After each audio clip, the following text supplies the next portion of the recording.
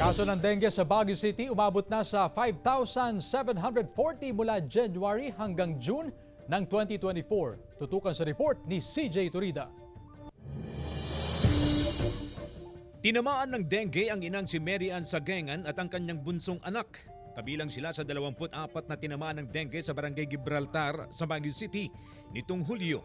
Kasi nung date na yon na nagkasakit kami, nung pumunta kami ng lab, yun din yung date na pinalab ko siya na nalaman namin na mababa ang platelet niya. Sa datos ng Baguio City Health Services Office, sumipa na sa 5,740 ang kaso ng dengue sa lungsod simula Enero hanggang Hunyo.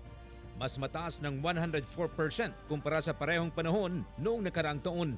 Nakapagtala na rin ang Health Services Office ng 8 nasawi sa dengue. Since July,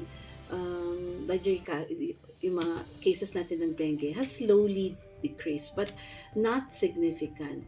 Panawagan ng Health Authority, paigtingin pa ang paglilinis sa kapaligiran upang mapuksa ang mga lamok. Samantala, nanawagan ng Philippine Red Cross Baguio City Chapter sa mga volunteer na mag-donate ng dugo. Nauubusan na raw sila ng platelet concentrate na kailangan ng mga dengue patient. Ay, talagang mataas pa rin po yung demand kasi hindi lang po dito sa Baguio yung mga nag-i-inquire from other nearby provinces po nag-i-inquire dito sa blood center natin kung meron po tayong available na platelet concentrate. CJ Torida, One North Central Luzon.